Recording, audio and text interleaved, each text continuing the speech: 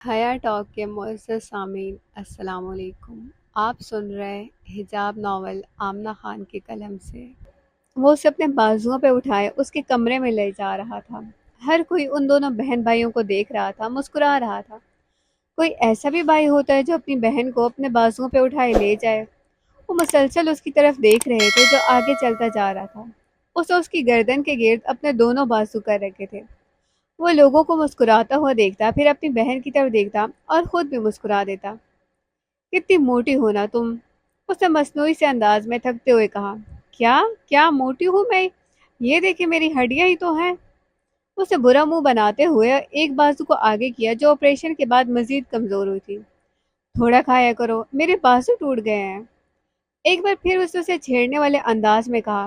اس کو پتا تھا وہ مذاق میں بھی موٹی لفظ کو اپنے دل پہ لے لیتی ہے۔ ویسے بھی اس کا چڑیا جتنا دل اتنا مذاق برداشت بھی نہیں کرتا۔ یا تو وہ رونا شروع ہو جاتی یا پھر اپنا سارا غصہ دوسرے بندے پہ اتار دیتی۔ غصے کے معاملے میں ویسے بھی وہ بہت بری تھی۔ اب تو وہ اسے کبھی دل میں نہیں رکھتی تھی، ہمیشہ دوسرے کے منہ پہ بولا کرتی، چاہے اگلے بندے کو اچھا لگے یا برا۔ وہ لحاظ رکھنے والوں میں سے نہیں تھی، غلط بات اگلے کے منہ پہ مار دیا کرتی تھی۔ بہت کم ایسا ہوتا کہ وہ برداشت کر جائے۔ وجدان کی محبت میں اس نے بہت لوگوں کو اپنی نفرت کا مرکز بنایا۔ اس کی محبت میں اسے بہت لوگوں سے نفرت ہوئی، ایسی نفرت کہ وہ ان لوگوں کو دیکھنا بھی گوارا نہیں کرتی۔ پھر اسی محبت نے اس کو موم بنایا کہ کوئی اس کو گالیاں بھی دیتا تو خاموش ہو جاتی، مسکرا دیتی، پھر گھنٹوں سوچتی رہتی کیا یہ وہی ہے جس کے سامنے بولنے کی کسی میں ہمت نہیں ہوتی تھی۔ آج لوگ اس پہ باتیں کرتے ہیں اور وہ مسکرا کے چپ ہو جاتی ہے۔ کیا محبت انسان کو اتنا جھکا دیتی ہے کہ بندہ اپنے آپ ہی مر جائے؟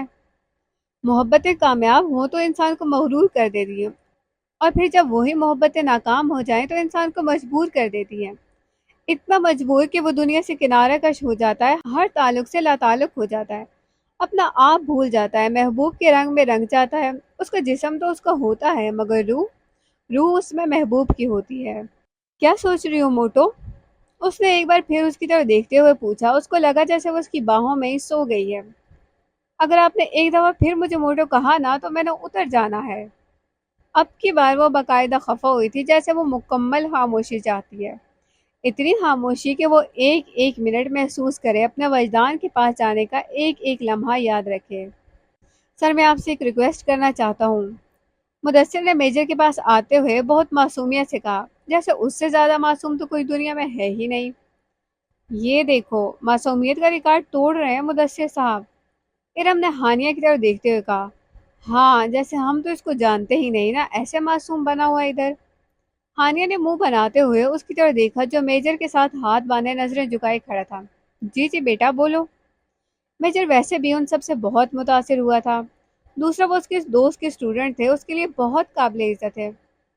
سر میں یہ کہنا چاہتا ہوں، وجہ سر کے ہوش میں آنے کے بعد آپ ہم سب کو ایک ساتھ ان کے پاس جانے کی اجازت دیں تاکہ ہم ایک ساتھ ان کو ملیں، ان کو سرپرائز دیں۔ مدثر نے ایک بار پھر نظریں اٹھائی، اس کی طرف دیکھا اور فوراً نظریں نیچے کی۔ وہ ویسے بھی آرمی والوں سے بہت ڈرتا تھا، آج تو پھر اس کے سامنے ایک میجر کھڑا تھا۔ جی بیٹا، آپ کے سر کو ہم روم میں شفٹ کر لیں گے، آپ سب ایک دفعہ میں ان سے مل لینا، مگر یاد رہے ہاسپٹل میں موجود دوسرے پیشنٹ ڈسٹرب نہ ہوں۔ انہوں نے سب کی طرف دیکھتے ہوئے انتہائی نرم انداز میں کہا۔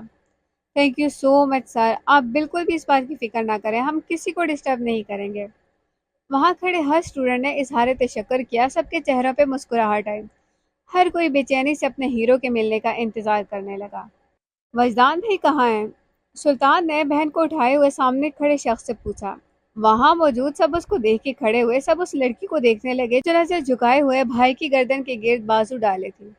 وہاں موجود دو شخص اس کو بہت اچھی طرح جانتے تھے، وہ دونوں اس کے پاس آئے، ایک دوسرے کی طرف دیکھا، جیسے ان کو امید نہ تھی کہ وہ لڑکی بھی یہی ہوگی اور اس حالت میں ہوگی۔ کیا ہوئے زرمینہ گل؟ وجدان کی والدہ پریشانی سے اس کی طرف آئی، اس کے ماتھے پہ ہاتھ رکھا، ایک نظر پورا اس کی طرف دیکھا جیسے وہ اس کو دیکھنا چاہتی ہوں۔ کیا ہوئے اس کو؟ وہ اتنی زرد کیوں ہو گئی ہے؟ وہ خود چل کیوں نہیں رہی؟ بھائی مجھے نیچے اتاریں، اسے سلطان کی طرف دیکھتے ہوئے آرام سے کہا، جیسے اسے سرگوشی کی ہو۔ لیکن زرمینہ گل، اس نے ایک نظر اس کی طرف دیکھا جیسے اس کو بتانا چاہتا ہو وہ بھی چل نہیں سکتی۔ چل تو کیا، وہ تو بھی صحیح سے کھڑے ہونے کے بھی قابل نہیں ہے۔ جان جی مجھے اتارے نا۔ اس نے آنکھوں میں آنسو لیے ایک بار پھر اس کی طرف دیکھا۔ اپنا بازو اس کی گردن سے آگے کیا جیسے وہ خود نیچے اترنا چاہتی ہو۔ اگر وہ اس کو نیچے نہیں اتارے گا تو وہ خود اتر جائے گی۔ کیا ہوا زرمینہ گل کو؟ اب کے بار انہوں نے سلطان کی طرف دیکھتے ہوئے پوچھا۔ جی آپریشن ہوا اس کا، ایک کڈنی نکالی ہے اس کی۔ سلطان نے اس کی طرف دیکھتے ہوئے نظروں کو جھکا کے کہا۔ وہ لوگ ویسے بھی لڑکیوں میں نظریں نہیں اٹھاتے تھے، اب بھی اگر بات اس کی بہن کی نہ ہوتی تو وہ کبھی یہاں نہ کھڑا ہوتا۔ کیا؟ یہ خبر سنتے ہی وہ اسے اپنے بازوؤں پہ اٹھائے اس کے کمرے میں لے جا رہا تھا۔ ہر کوئی ان دونوں بہن بھائیوں کو دیکھ رہا تھا، مسکرا رہا تھا۔ کوئی ایسا بھی بھائی ہوتا ہے جو اپنی بہن کو اپنے بازوؤں پہ اٹھائے لے جائے؟ وہ مسلسل اس کی طرف دیکھ رہے تھے جو آگے چلتا جا رہا تھا۔ اسے اس کی گردن کے گرد اپنے دونوں بازو کر رکھے تھے۔ وہ لوگوں کو مسکراتا ہوا دیکھتا، پھر اپنی بہن کی طرف دیکھتا اور خود بھی مسکرا دیتا۔ کتنی موٹی ہونا تم، اس نے مصنوعی سے انداز میں تھکتے ہوئے کہا۔ کیا کیا موٹی ہوں میں؟ یہ دیکھے میری ہڈیاں ہی تو ہیں۔ اسے برا منہ بناتے ہوئے ایک بازو کو آگے کیا جو آپریشن کے بعد مزید کمزور ہوئی تھی۔ تھوڑا کھایا کرو، میرے بازو ٹوٹ گئے ہیں۔ ایک بار پھر اس نے اسے چھیڑنے والے انداز میں کہا۔ اس کو پتا تھا وہ مذاق میں بھی موٹی لفظ کو اپنے دل پہ لے لیتی ہے، ویسے بھی اس کا چڑیا جتنا دل اتنا مذاق برداشت بھی نہیں کرتا۔ یا تو وہ رونا شروع ہو جاتی یا پھر اپنا سارا غصہ دوسرے بندے پہ اتار دیتی۔ غصے کے معاملے میں ویسے بھی وہ بہت بری تھی، اپنا غصہ کبھی دل میں نہیں رکھتی تھی، ہمیشہ دوسرے کے منہ پہ بولا کرتی، چاہے اگلے بندے کو اچھا لگے یا برا۔ وہ لحاظ رکھنے والوں میں سے نہیں تھی، غلط بات اگلے کے منہ پہ مار دیا کرتی تھی۔ بہت کم ایسا ہوتا کہ وہ برداشت کر جائے۔ وجدان کی محبت میں اس نے بہت لوگوں کو اپنی نفرت کا مرکز بنایا۔ اس کی محبت میں اسے بہت لوگوں سے نفرت ہوئی، ایسی نفرت کہ وہ ان لوگوں کو دیکھنا بھی گوارا نہیں کرتی۔ پھر اسی محبت نے اس کو موم بنایا کہ کوئی اس کو گالیاں بھی دیتا تو خاموش ہو جاتی، مسکرا دیتی، پھر گھنٹوں سوچتی رہتی کیا یہ وہی ہے جس کے سامنے بولنے کی کسی میں ہمت نہیں ہوتی تھی۔ آج لوگ اس پہ باتیں کرتے ہیں اور وہ مسکرا کے چپ ہو جاتی ہے۔ کیا محبت انسان کو اتنا جھکا دیتی ہے کہ بندہ اپنے آپ ہی مر جائے؟ محبتیں کامیاب ہوں تو انسان کو مغرور کر دیتی ہیں، اور پھر جب وہی محبتیں ناکام ہو جائیں تو انسان کو مجبور کر دیتی ہیں، اتنا مجبور کہ وہ دنیا سے کنارہ کش ہو جاتا ہے، ہر تعلق سے لا تعلق ہو جاتا ہے، اپنا آپ بھول جاتا ہے، محبوب کے رنگ میں رنگ جاتا ہے۔ اس کا جسم تو اس کا ہوتا ہے مگر روح اس میں محبوب کی ہوتی ہے۔ کیا سوچ رہی ہو موٹو؟ اس نے ایک بار پھر اس کی طرف دیکھتے ہوئے پوچھا۔ اس کو لگا جیسے وہ اس کی باہوں میں ہی سو گئی ہے۔ اگر آپ نے ایک دفعہ پھر مجھے موٹو کہا نا تو میں نے اتر جانا ہے۔ اب کی بار وہ باقاعدہ خفا ہوئی تھی، جیسے وہ مکمل خاموشی چاہتی ہے، اتنی خاموشی کہ وہ ایک ایک منٹ محسوس کرے، اپنے وجدان کے پاس جانے کا ایک ایک لمحہ یاد رکھے۔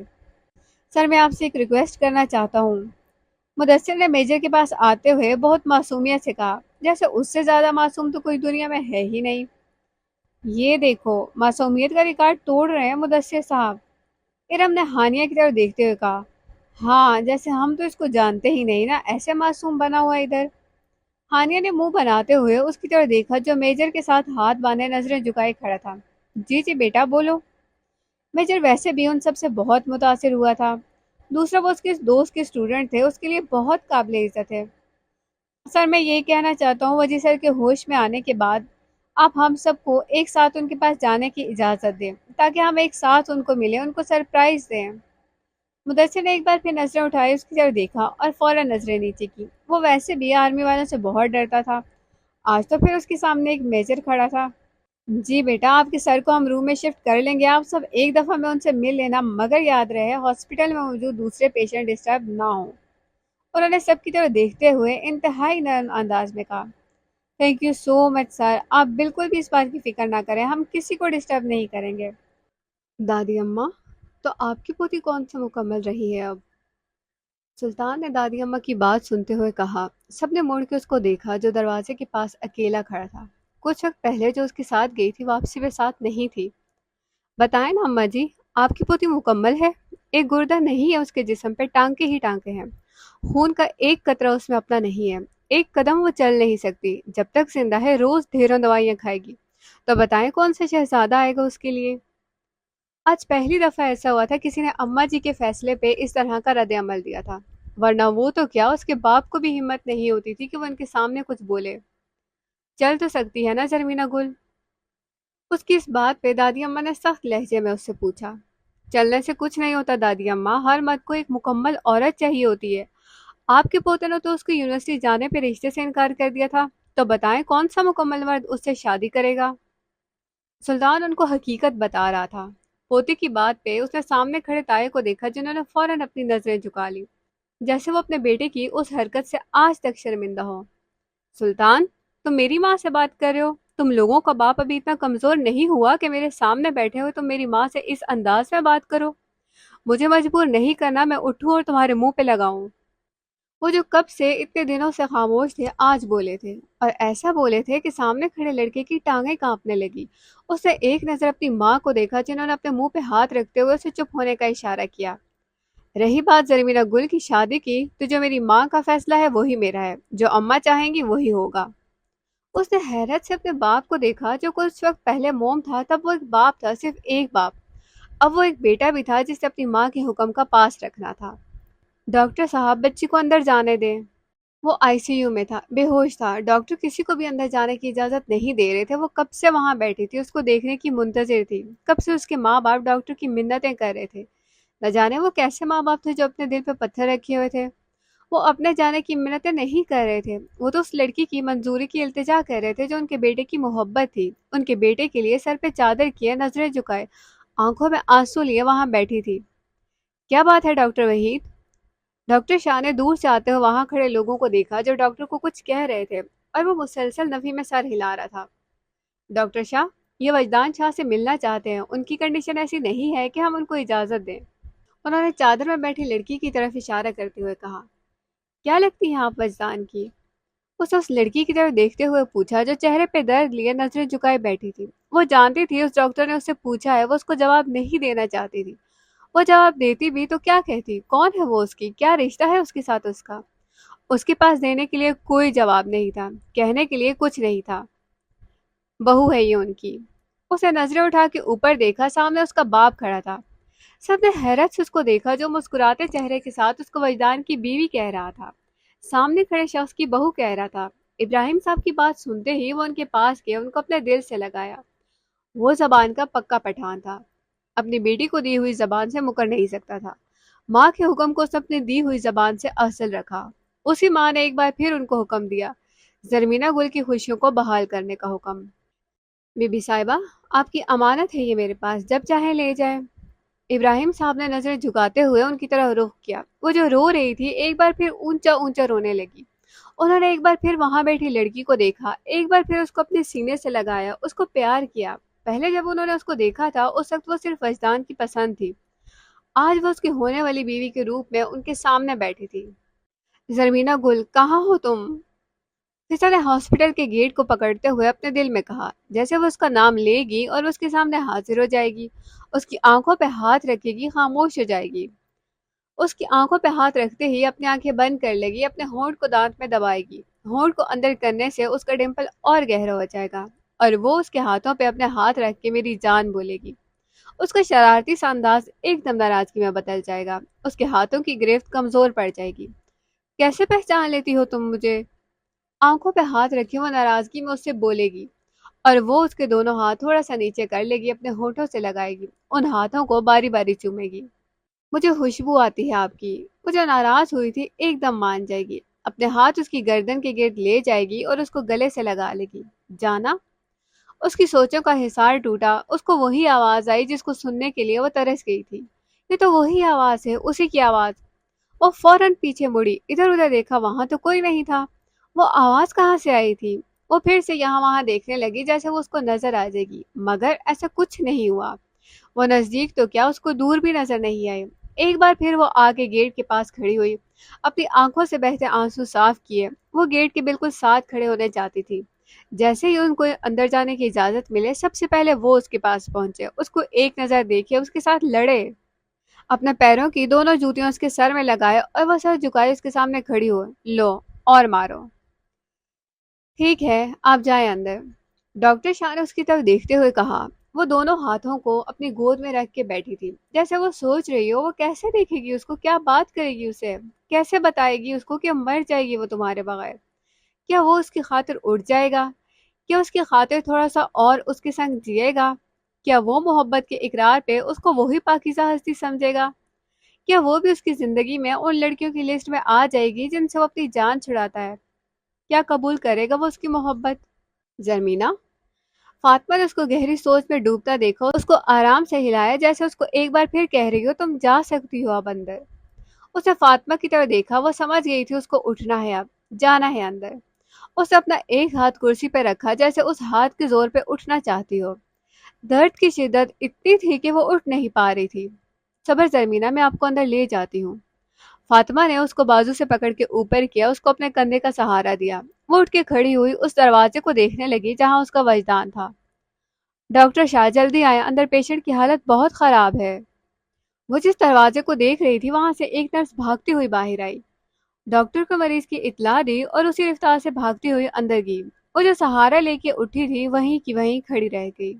جنید، کیا سوچا ہے تم لوگوں نے پھر؟ اگر وجدان ساری زندگی ایسا ہی رہتا ہے تو یونیورسٹی والے اس کے لیے کیا سٹیپ لیں گے، کیا اقدامات کریں گے؟ کچھ بھی ہو، وہ آپ لوگوں کی فیکلٹی کا ممبر ہے، اور جس طرح سے اس کے لیے اسٹوڈنٹس نکلے ہیں اس کا یہی مطلب ہے کہ بہت مشہور شخصیت ہے وہ یونیورسٹی کی۔ میجر نے اپنے آفس میں بیٹھے ہوئے پرنسپل کو کہا، ایسا کیسے ہو سکتا ہے میجر، ہم اس کو اس کی مشکل وقت میں اکیلا چھوڑ دیں جبکہ ہمیں پتہ ہے کہ وہ اپنے ماں باپ کا واحد سہارا ہے۔ میں نے سوچ رکھا ہے اس کے لیے، مجھے پورا یقین ہے وہ ویل چیئر پہ بھی ہوا وہ یونیورسٹی ضرور آئے گا۔ اگر وہ نہ بھی آیا ہم گھر میں ہی اس کے لیے آن لائن کلاسز کا بندوبست کریں گے، اس کے اسٹوڈنٹ اس سے آن لائن کلاسز لیں گے، ہم ہر مہینے اس کو سیلری اس کے گھر پہنچا دیں گے۔ جب تک میں ہوں یونیورسٹی میں سب اس کے حق میں بہتر رہے گا، انشاءاللہ سب ٹھیک ہو جائے گا، اللہ نے اس کے لیے ضرور کچھ نہ کچھ بہت بہتر سوچ رکھا ہوگا۔